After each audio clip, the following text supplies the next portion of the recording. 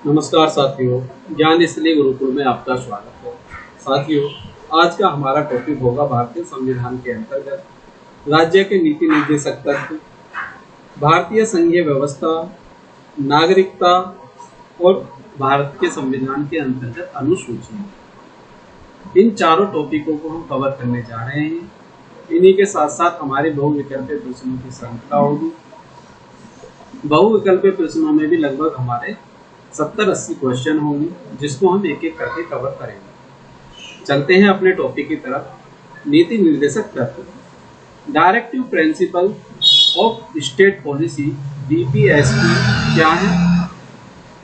भारतीय संविधान के भाग 4 अनुच्छेद 36 से 51 में नीति निर्देशक तत्व directive principle of state policy का उल्लेख है। ये तत्व सरकार को सामाजिक, आर्थिक, न्याय और कल्याणकारी राज्य की स्थापना की दिशा में मार्गदर्शन प्रदान करते हैं। ये न्यायालय द्वारा लागू नहीं किए गए, लेकिन ये राज्य की नीति निर्माण में आधार होते हैं। साथियों, 36 से 51 तक जितने भी राज्य सरकार को नीति निर्देशक तत्व दिए गए हैं, ये सारे राज्य सरकार की मंशा पर या राज्य सरकार की नीति पर निर्भर करते हैं।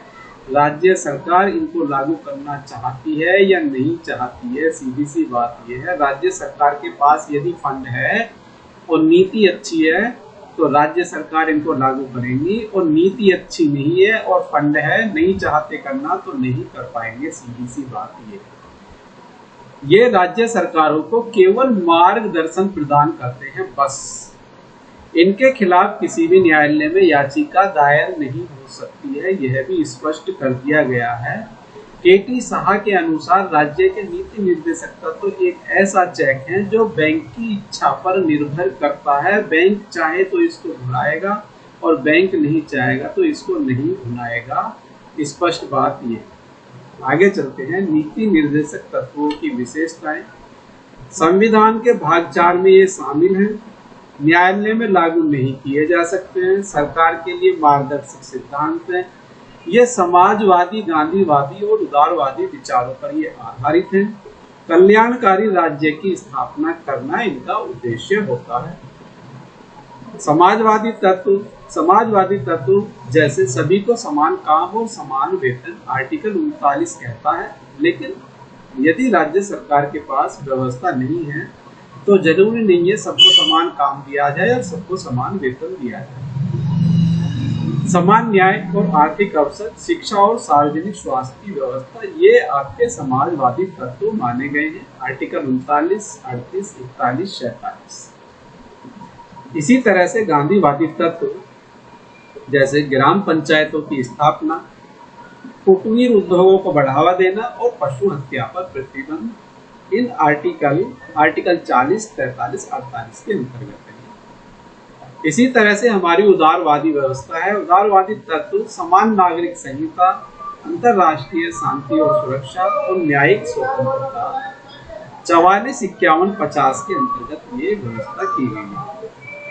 आगे चलते हैं। संविधान के प्रमुख नीति निर्देशक तत्व 36 से 51 तक एक एक करके कवर करते हैं। पहला, 36 और 37 नीति निर्देशक तत्वों की परिभाषा और प्रकृति। 38 सामाजिक न्याय और समानता की स्थापना। 39 जीवन निर्वाह के साधनों की समानता। 39A निःशुल्क विधिक सहायता। 41 काम, शिक्षा, सार्वजनिक सहायता का अधिकार। 44 समान नागरिक संहिता। 45 जो है हमारा 45A, यहाँ 6 से 14 वर्ष को बच्चों के लिए शिक्षा की व्यवस्था करना। यहाँ ये मोस्ट इम्पोर्टेंट है। 45 से 46 अनुसूचित जातियों और जनजातियों का उत्थान। 47 पोषण स्तर और स्वास्थ्य में सुधार। इसी तरह से एक एक करके हम इनको कवर कर लेते हैं। सारे मैन एक एक नजर इनको मार लेते हैं। जो आपको अच्छे लगते हैं उनके नोट्स बनाते हुए आप चलते हैं, उनके नोट्स बनाते रहें। इसके बाद नीति निर्देशक तत्व बनाम मौलिक अधिकार। मौलिक अधिकार और नीति निर्देशक तत्व। मौलिक अधिकारों के लिए न्यायालय में हम जा सकते हैं, इनके लिए हम न्यायालय में नहीं जा सकते। व्यक्तिगत अधिकारों पर ये आधारित होते हैं, ये राज्य की नीति पर आधारित होते हैं। नकारात्मक दायित्व इनका होता है, सकारात्मक दिशा निर्देश ये सरकार को देते हैं। संविधान के भाग 3 में है ये, और ये संविधान के भाग 4 में है। नकारात्मक दायित्व का मतलब साथियों यह राज्य से है, राज्य के लिए यह अनिवार्य है, प्रत्येक नागरिक के लिए मौलिक अधिकार अनिवार्य है, तो इसलिए आप राज्य सरकारों के लिए नेगेटिव होते हैं। 44वें संविधान संशोधन 1978 सरकार को यह स्पष्ट किया गया कि डीपीएसपी को लागू करने के लिए मौलिक अधिकारों में कटौती की जा सकती है यदि वह समाज के व्यापक हित में हो। कहने का मतलब यह है संविधान की प्रस्तावना के अनुसार यदि संविधान की प्रस्तावना के अनुसार हैं, उत्तर कुंजी के अनुसार हैं तो सही है, अन्यथा बदलाव नहीं किया जा सकता।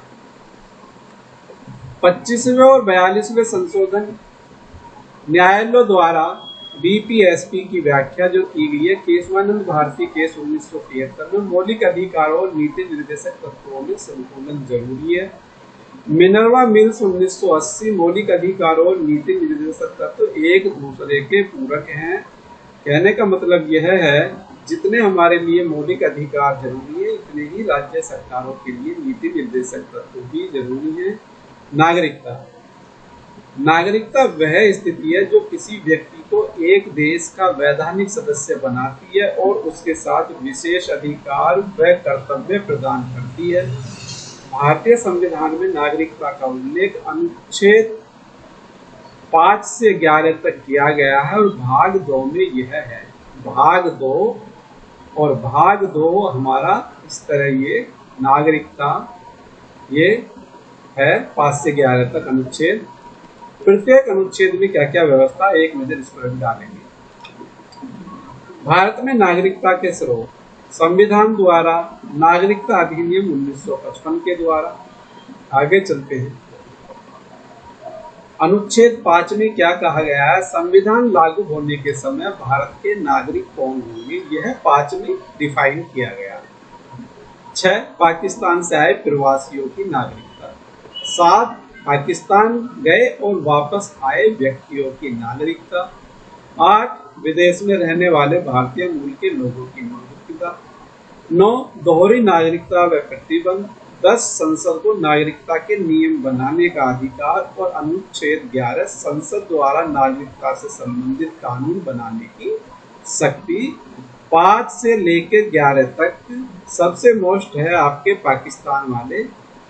अनुच्छेद 6 अनुच्छेद 7 सबसे ज्यादा मोस्ट इम्पोर्टेंट है। आगे चलते हैं। नागरिकता प्राप्त करने के या खोने के तरीके आगे आएंगे। देखो, नागरिकता अधिनियम 1955 के अनुसार नागरिकता प्राप्त करने के 5 तरीके हैं। 5 तरीके जन्म द्वारा कैसे? भारत में जन्म लेने वाले व्यक्ति को नागरिकता मिलती है कुछ शर्तों के साथ। दूसरा, वंशानुक्रम द्वारा, यदि माता पिता भारतीय हैं तो विदेश में जन्म लेने वाले बच्चों को भारतीय नागरिकता ही मिलेगी। पंजीकरण द्वारा, विशेष श्रेणी में विदेशियों को आवेदन पर नागरिकता दी जाती है।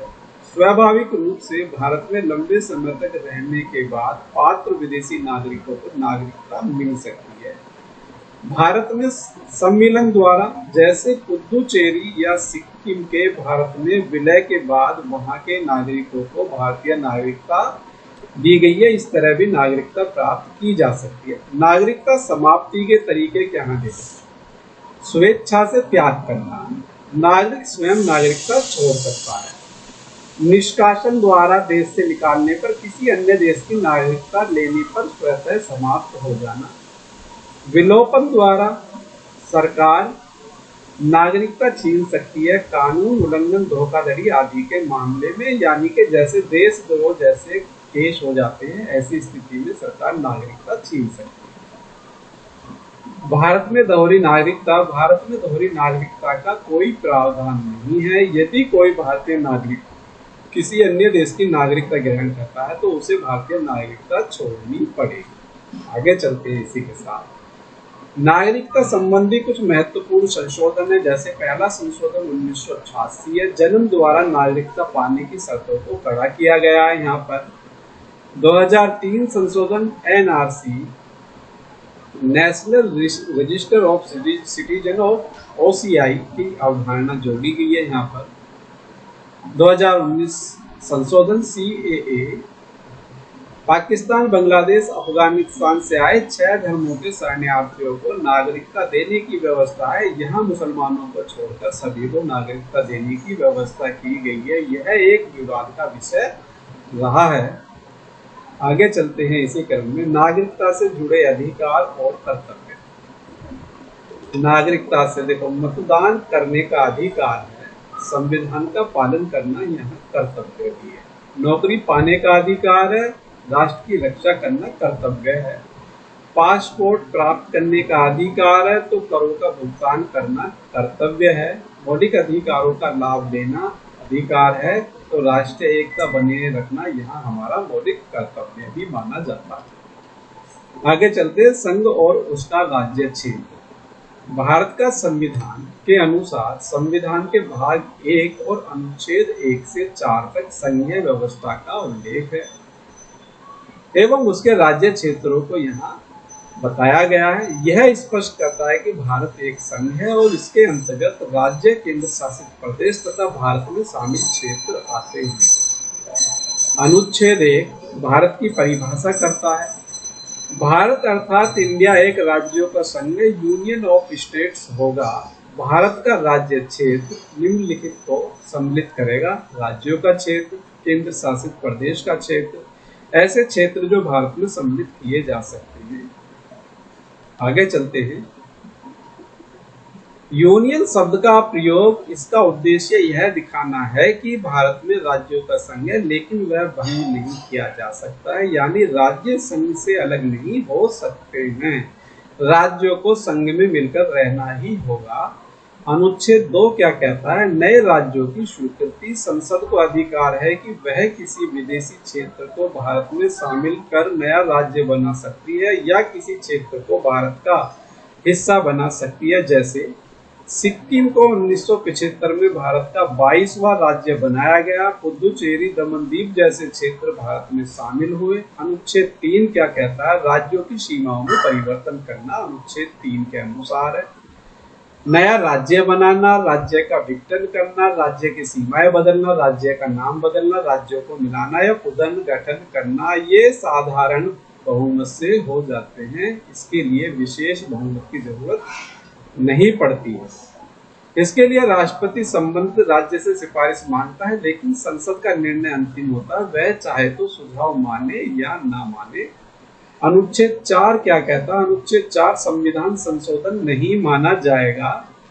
कौन सा नहीं माना जाएगा? अनुच्छेद 2 और 3, इसको संविधान संशोधन के दायरे में नहीं रखा गया है। अनुच्छेद 2 और अनुच्छेद 3, अनुच्छेद 2 और 3 के तहत किए गए किसी भी क्षेत्रीय परिवर्तन को संविधान संशोधन नहीं माना जाएगा। इन्हें संसद साधारण बहुमत से पारित कर सकती है। इसके लिए विशेष बहुमत पारित करने की जरूरत नहीं पड़ती है। संघ और राज्य क्षेत्र का वर्तमान ढांचा। इस समय भारत में 28 राज्य हैं और 8 केंद्र शासित प्रदेश हैं।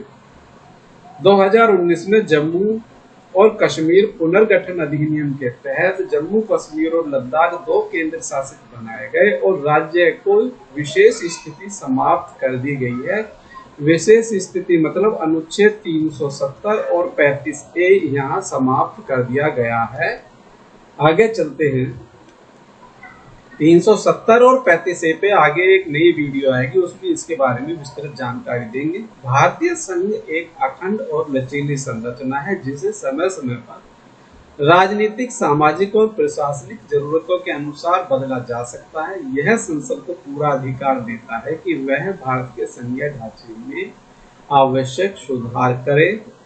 आगे चलते हैं, भारतीय संविधान की अनुसूचियां। भारतीय संविधान में कई विषयों को व्यवस्थित रूप से समझने के लिए अनुसूचियों का प्रयोग किया गया है। ये अनुसूचियां संविधान के विविध तत्वों को सारणीबद्ध रूप दर्शाती हैं। मूल संविधान में 8 अनुसूचियां थी, यानी कि 26 जनवरी 1950 को 8 अनुसूचियां थी। वर्तमान में इनकी संख्या 12 हो चुकी है। भारत के संविधान की 12 अनुसूचियों को एक एक करके पढ़ते हैं। अनुसूची 1 राज्यों और केंद्र शासित प्रदेशों का नाम और क्षेत्रफल के बारे में बताता है। अनुसूची 2 संवैधानिक अधिकारियों के वेतन है, जैसे राष्ट्रपति, राज्यपाल, न्यायाधीश, स्पीकर, जितने भी संवैधानिक पद हैं उनके वेतन है और भत्ते हैं। अनुसूची 3 शपथ की व्यवस्था यहाँ की गई है। जितने भी हमारे संवैधानिक पद है इनकी शपथ कौन दिलाएगा, इसके बारे में यहाँ स्पष्ट किया गया है। अनुसूची 4 राज्यसभा में सीटों का आवंटन। अनुसूची 5 अनुसूचित क्षेत्रों का प्रशासन, अनुसूचित जनजाति के क्षेत्रों का शासन एवं राष्ट्रपति की शक्तियां। अनुसूची 6 पूर्वोत्तर भारत के असम, मेघालय, मिजोरम, त्रिपुरा। MATM इसको कर लेंगे तो ये हो जाएगा आपका मिजोरम, असम, त्रिपुरा, मेघालय। MATM से हम चारों राज्यों को याद कर सकते हैं, जिसे छठी अनुसूची में रखा गया है। इस समय लद्दाख में छठी सूची के लिए मांग चल रही है, जबरदस्त विरोध चल रहा है, जिसके लिए बीजेपी कार्यालय में भी वहां आग लगा दी गई है। आगे चलते हैं। 7वीं अनुसूची विषयों का विभाजन, संघ, राज्य, संवर्ती। 3 सूची यहाँ है। संघ मतलब केंद्र सूची, राज्य सूची और संवर्ती सूची। संघ सूची में ऐसे विषय आते हैं जिन पे केंद्र सरकार कानून बनाती है। राज्य सूची में वे विषय आते हैं जिन पर राज्य सरकार कानून बनाती है, और संवर्ती सूची में केंद्र और राज्य सरकार दोनों मिलकर कानून बनाते हैं। एक सूची आती है अवशिष्ट सूची। अवशिष्ट सूची में केंद्र सरकार ही कानून बनाती है। जैसे अवशिष्ट सूची में जैसे जम्मू एंड कश्मीर में 370 धारा को हटाया गया है। 370 और 35 से हटने के बाद इसके लिए जो व्यवस्था की गई है वह केंद्र सरकार ने की है, लेकिन इसका कुछ पता नहीं था कि भविष्य में 370 और 35 को हटाया जाएगा। तो ऐसे विषय जिनके बारे में कोई जानकारी नहीं होती और वह भारत के संघ स्तर पर होते हैं तो उनको अवशिष्ट सूची में रखा गया है। इन पर केंद्र सरकार कानून बनाती है। 8वीं अनुसूची में मान्यता प्राप्त भाषाएं हैं। मूल संविधान में उस समय 14 भाषाएं थी और वर्तमान में यह हमारी 22 भाषाएं हैं। इस तरह से हमारी 14 भाषाएं थी मूल संविधान में, वर्तमान में 22 भाषाएं हैं। तो 8 भाषाएं हमारी बाद में जोड़ी गई है। इसका भी हम बाद में अध्ययन करेंगे कौन कौन सी कब जोड़ी गई है। आगे चलते हैं। नवम अनुसूची। नवीं अनुसूची में न्यायिक समीक्षा बाहर किए गए कानून, जैसे भूमि सुधार, सामाजिक कल्याण से जुड़े कानून को न्यायालय के हस्तक्षेप से बचाने के लिए बनाई गई है। कहने का मतलब यह है, यदि सार्वजनिक हित में किसी की संपत्ति का सरकार अधिग्रहण करती है तो कोई भी व्यक्ति उसको देने के लिए मना नहीं करेगा। हाँ, सरकार को भी केवल जो संपत्ति का सर्किल रेट के अनुसार उचित दाम बैठता है वह सरकार को देना पड़ेगा। अगर सरकार उचित दाम नहीं देती है तो कोई भी व्यक्ति अपनी संपत्ति के उचित दाम के लिए कोर्ट जा सकता है, लेकिन संपत्ति उसको देनी पड़ेगी, भूमि उसको सार्वजनिक हित में देनी पड़ेगी। आगे चलते हैं। 10वां अनुसूची। दल बदल विरोधी कानून। यदि कोई सांसद विधायक अपनी पार्टी छोड़ता है तो उसकी सदस्यता समाप्त हो जाती है। व्यक्तिगत रूप से छोड़ता है तो सदस्यता समाप्त हो जाती है, और सामूहिक रूप से छोड़ता है तो सदस्यता बनी रहती है। यह भी यहाँ व्यवस्था है। 11वीं अनुसूची। पंचायतों का कार्य। पंचायतें 3 स्तर पर जोड़ी बनाई गई है। यहाँ पर ग्राम स्तर, ब्लॉक स्तर और हमारा जिला स्तर। तीनों तरह की ग्राम पंचायतें हैं जो वहाँ स्थानीय स्तर पर काम देखती है। संविधान के 73वें संशोधन 1992 द्वारा जोड़ी गई है ये, जिसमें 29 विषय दिए गए हैं। तीनों मिलकर 29 विषयों पर काम करती हैं। अनुसूची 12 नगर पालिकाओं का कार्य। नगर पालिकाओं के लिए 18 कार्य दिए गए हैं जो शहरों के विकास के लिए हुए हैं। ये हमारी 74वां संविधान 1992 में जोड़ा गया है। दोनों एक ही सन है, 1992 ये है और 1992 ही ये है। ये 73वां संविधान संशोधन है और ये 74वां संविधान संशोधन है। यहाँ ग्राम पंचायतों के 29 कार्य हैं, यहाँ नगर पंचायतों के 18 कार्य हैं। ये भी हमें देखना है। आगे चलते हैं। भारतीय संविधान का पहला संशोधन 1951 में 9वीं अनुसूची जोड़ी गई। 42वां संविधान संशोधन 1976 समवर्ती सूची के नए विषय जोड़े गए।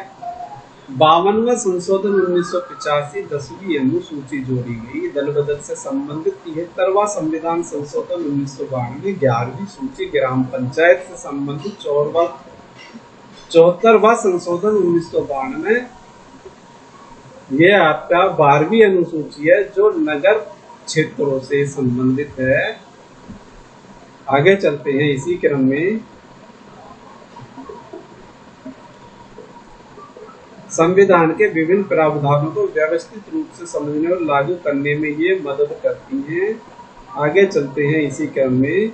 इसको आप पहला प्रश्न हमारे सामने, भारतीय संविधान में अनुसूचियों की कुल संख्या कितनी है? इस समय कुल 12 अनुसूचियां भारतीय संविधान में।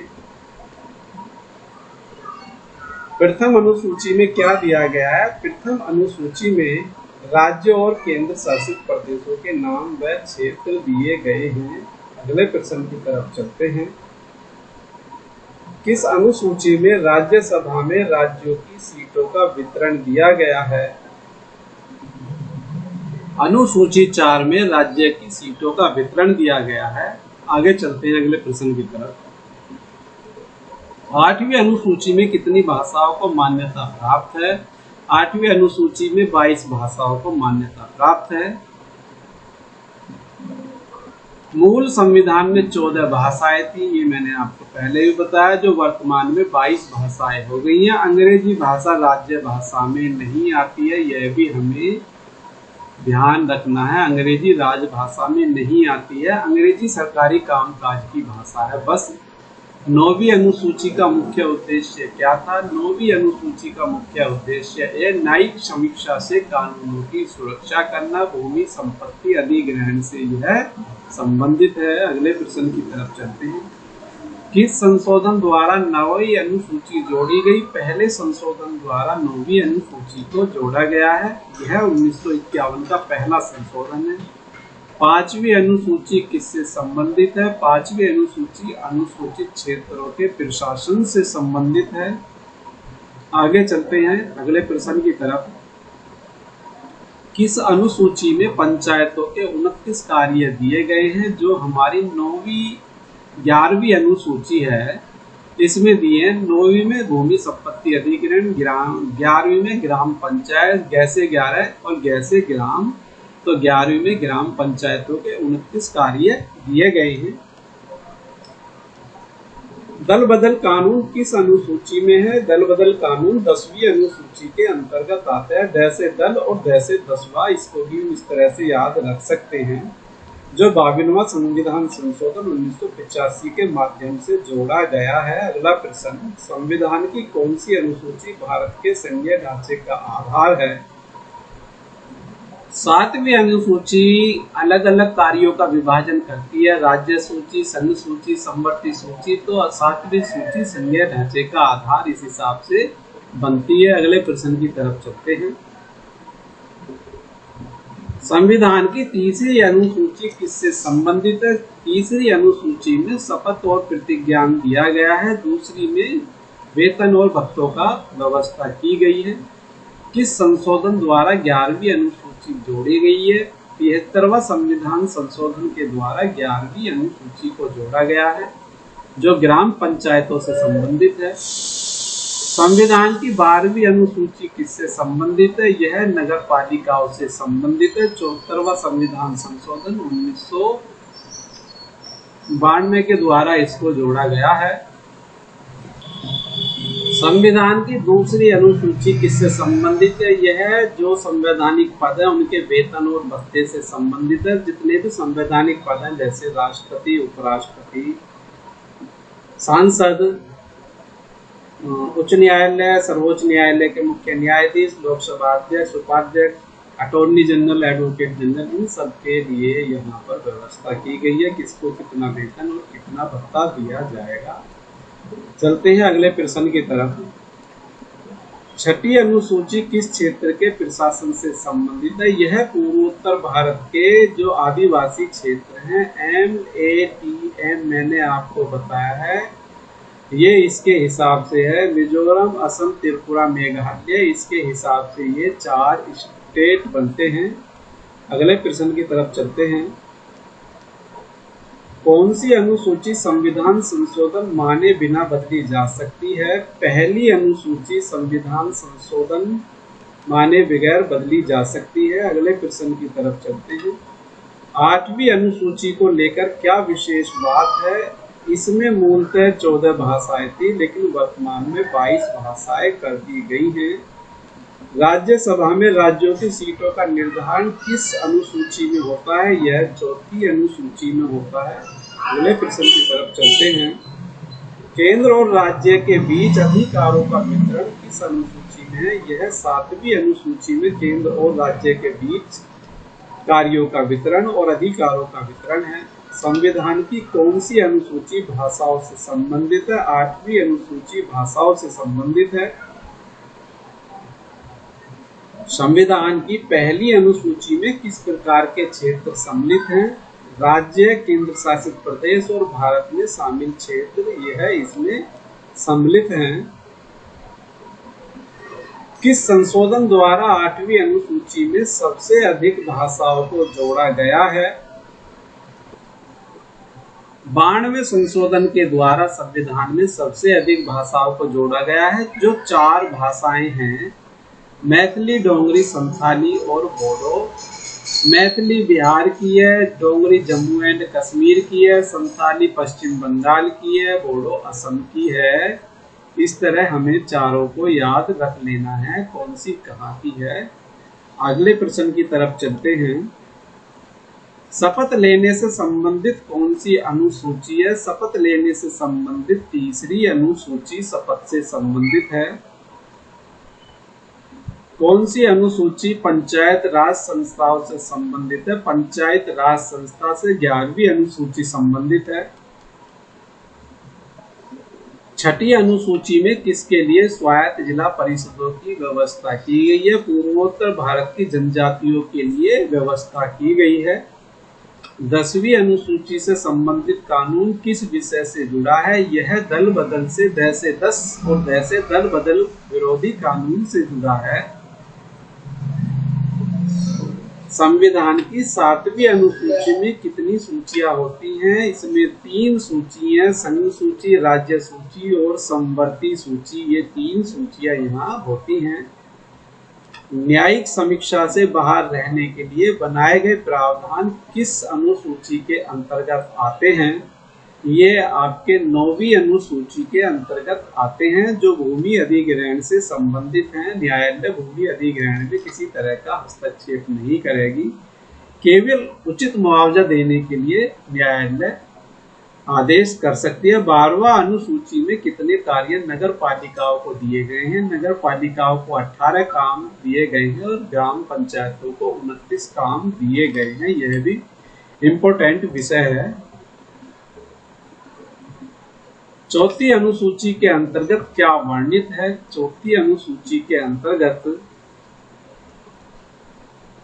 राज्यसभा में राज्यों की सीटों का आवंटन वर्णित है। किस राज्य की कितनी सीटें राज्यसभा में होंगी, इस चीज का स्पष्ट उल्लेख किया गया है।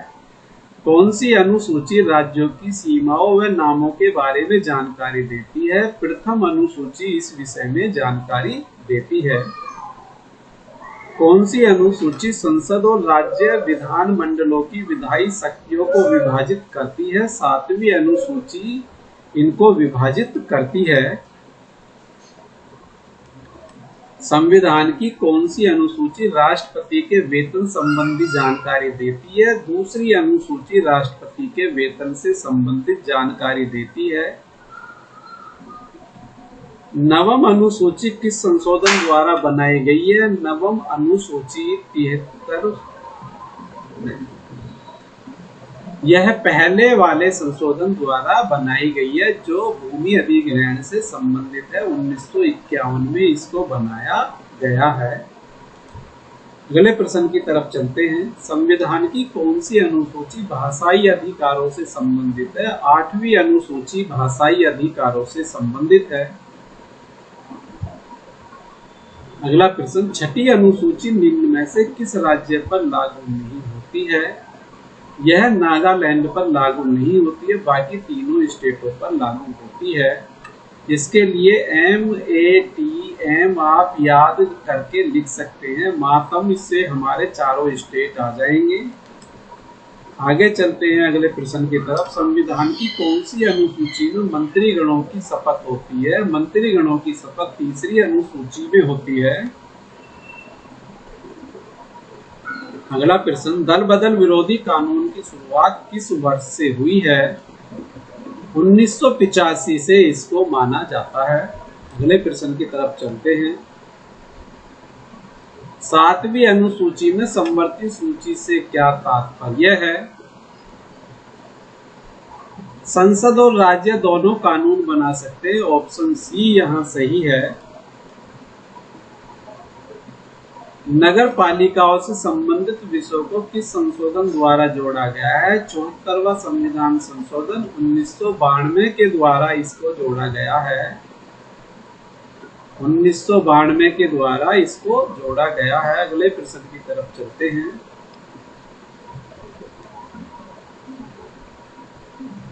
संविधान की कौन सी अनुसूची न्यायाधीशों के वेतन और भत्तों का उल्लेख करती है? 2री अनुसूची इन सब चीजों का उल्लेख करती है, किसका कितना वेतन और कितने भत्ते होंगे।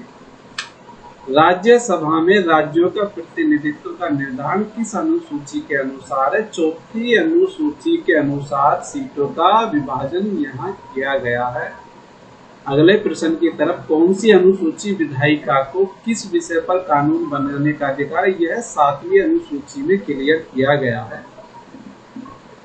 अगला प्रश्न, पंचायतों से संबंधित विषयों की सूची किस अनुसूची के अंतर्गत आती है? यह हमारी 11वीं अनुसूची के अंतर्गत आती है। पंचायतों से संबंधित नगर पालिकाओं से संबंधित विषय किस अनुसूची में आते हैं? ये 12वीं अनुसूची में आते हैं। अगले प्रश्न की तरफ चलते हैं। दल बदल विरोधी कानून से संबंधित अनुसूची 10वीं अनुसूची है। संविधान में शामिल भाषाओं की सूची किस अनुसूची में? यह 8वीं अनुसूची में है। निम्न में कौन सी अनुसूची राज्यपाल की शपथ से संबंधित है? 3री अनुसूची राज्यपाल की शपथ से संबंधित होती है। जितने भी संवैधानिक पद हैं सब 3री अनुसूची के अनुसार शपथ लेते हैं। किस अनुसूची में राष्ट्रपति को संसद के विशेष अधिकार दिए गए हैं? इसमें से कोई भी अनुसूची ऐसी नहीं है जिसमें राष्ट्रपति को विशेष अधिकार दिए गए हों। जैसे क्षमादान शक्ति विशेष अधिकार के अंतर्गत आती है। आपातकाल शक्तियाँ 352 में है, 356 में है और 360 में है। ये अलग अलग है, इसको हम बाद में देखेंगे। जब राष्ट्रपति का टॉपिक आएगा अगला तो उसके बारे में हम सारी चीजें क्लियर करेंगे। 9वीं अनुसूची का उद्देश्य क्या था? भूमि सुधार कानूनों को न्यायिक समीक्षा से बचाना है इनको। संविधान में कितनी अनुसूचियां प्रारंभ में थी? प्रारंभ में 8 अनुसूचियां थी, अब 12 हो गई हैं। पंचायत राज को संविधान में वैधानिक दर्जा कब मिला? 1992 में वैधानिक दर्जा पंचायत राज को दिया गया है। अनुसूचित जनजातियों के प्रशासन के लिए विशेष प्रावधान कौन सी अनुसूची में किए गए हैं? 5वीं अनुसूची में यहाँ अनुसूचित जनजातियों के लिए विशेष प्रावधान किए गए हैं। और 6ठी अनुसूची में जो ST समुदाय के ज्यादा लोग रहते हैं, असम, मेघालय, मिजोरम, त्रिपुरा, इन चारों में अलग से व्यवस्था की गई है। यह भी हमें ध्यान रखना है। आगे चलते हैं अगले प्रश्न की तरफ। अनुसूचित जनजातियों के लिए स्वायत्त परिषदों की व्यवस्था किस अनुसूची में की गई है? स्वायत्त परिषदों की व्यवस्था 6ठी अनुसूची में की गई है। अगला प्रश्न, किस अनुसूची में शिक्षा विषय को रखा गया है? शिक्षा विषय को समवर्ती सूची में रखा गया है। शिक्षा पर जितने भी कानून बनते हैं राज्य सरकार और केंद्र सरकार मिलकर कानून बनाते हैं। आगे चलते हैं अगले प्रश्न की तरफ। पुलिस विषय किस सूची में आता है? यह राज्य सूची के अंतर्गत आता है। ये सारी चीजें हम आगे हमारी अनुसूचियों की अगली वीडियो आएगी आने वाले समय में, जितनी भी अनुसूचियों के अंदर 7वीं अनुसूची में अलग अलग कार्य राज्य सरकार, केंद्र सरकार और समवर्ती सूची के अनुसार केंद्र और राज्य सरकार जितने भी दिए गए हैं वो सारे एक एक करके बहुत आसान तरीके से आपको बता दिए जाएंगे। आगे, संविधान संशोधन किस अनुसूची में आता है? यह किसी सूची में नहीं आता है संविधान संशोधन। इसके लिए अनुच्छेद अलग है जो अनुच्छेद 368 के अंतर्गत आता है। अगला प्रश्न, दवाइयों और जहरीले पदार्थों से संबंधित विषय किस सूची में आते हैं? यह समवर्ती सूची में आएंगे। राज्य सरकार और केंद्र सरकार दोनों मिलकर इस पर कानून बनाती हैं। अनुसूचियां किस संविधान अनुच्छेद में परिभाषित हैं? ये किसी एक में परिभाषित नहीं है, इनको अलग अलग परिभाषित किया गया है। 8वीं अनुसूची में भाषाओं की कुल कितनी संख्या है? वर्तमान में 22 है, मूल संविधान में हमारी 14 थी। यह भी हमें ध्यान रखना है। आगे चलते हैं अगले प्रश्न की तरफ। संविधान की कौन सी अनुसूची संसद व राज्य विधानमंडलों के सदस्यों द्वारा ली जाने वाली शर्तों से संबंधित है? यह 3री अनुसूची के अनुसार है। साथियों, एग्जामिनर क्वेश्चन को कितनी भी तरह से घुमा ले, आप तुरंत पढ़ने के बाद अपना आंसर सही कर दें। इतनी अच्छी आपकी तैयारी होनी चाहिए और अच्छी तैयारी के लिए रेगुलर प्रैक्टिस जरूरी होती है। बार बार रिवीजन करना जरूरी होता है। जितनी बार भी आप रिवीजन करते हैं इतनी बार आपको किताबों में कुछ ना कुछ देखने को मिलता है। आगे चलते हैं। 5वीं अनुसूची विशेष रूप से किनके कल्याण से संबंधित है? यह अनुसूचित जनजातियों के कल्याण से संबंधित है। 6ठी अनुसूची भारत के किन क्षेत्रों पर लागू होती है? यह पूर्वोत्तर भारत के कुछ राज्यों पे लागू होती है। जो 4 राज्य मैंने आपको मातम के नाम से बता दिए, यह व्याख्या में भी लिखे हुए हैं। संविधान की कौन सी अनुसूची भूमि सुधार कानूनों को न्यायिक समीक्षा से बाहर बनाई? ये 9वीं अनुसूची है। एग्जामिनर बार बार क्वेश्चन बदल बदल के दे रहा है, इससे हमें परेशान नहीं होना है। पंचायतों से संबंधित विषय किस सूची में? ये 11वीं अनुसूची में है। इसी तरह के आगे भी प्रश्न आपके आते रहेंगे। नगरीय प्रशासन से संबंधित ये आपके 12वीं अनुसूची में है। प्रश्न वही है, अलग अलग घुमा के दिए गए हैं, बस तरीका अलग अलग है। दल बदल विरोधी द से दल और द से 10 हमारा 10वीं अनुसूची में है।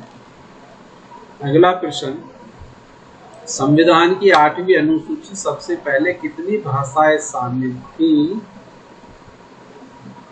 तो पहले हमारी 14 भाषाएं शामिल थी, अब हमारी 22 भाषाएं इसमें शामिल हैं। ऑप्शन ए हमारा इसके अनुसार सही है। समवर्ती सूची किस अनुसूची का हिस्सा है? यह 7वीं अनुसूची का हिस्सा है। अगले प्रश्न की तरफ चलते हैं। राज्यसभा की सीटों का वितरण किस अनुसूची में किया गया है? यह 4थी अनुसूची में किया गया है। अगले प्रश्न की तरफ चलते हैं। अनुच्छेद 244 किस अनुसूची से संबंधित है? यह 5वीं अनुसूची से संबंधित है। अगले प्रश्न की तरफ चलते हैं। अनुसूचित क्षेत्रों की अधिसूचना किसके द्वारा दी जाती है? यह राष्ट्रपति द्वारा दी जाती है। अगले प्रश्न की तरफ चलते हैं। 6ठी अनुसूची में कौन सी व्यवस्था नहीं है? 6ठी अनुसूची में न्यायालयों की स्वतंत्रता नहीं दी गई है। आगे चलते हैं अगले प्रश्न की तरफ। संविधान की 12वीं अनुसूचियों में कितने विषय हैं? 12वीं अनुसूची के अनुसार 18 विषय हैं। जो नगर पालिकाओं से संबंधित हैं, पंचायतों को दिए गए अधिकार किस अनुसूची में उल्लिखित हैं? यह 11वीं अनुसूची में उल्लिखित है। निम्न में कौन किस संशोधन ने 12वीं अनुसूची जोड़ी है? 12वीं अनुसूची हमारी 74वां संविधान संशोधन है। अगले प्रश्न की तरफ चलते हैं। 8वीं अनुसूची की भाषाओं में से कौन सी 2003 में जोड़ी गई है?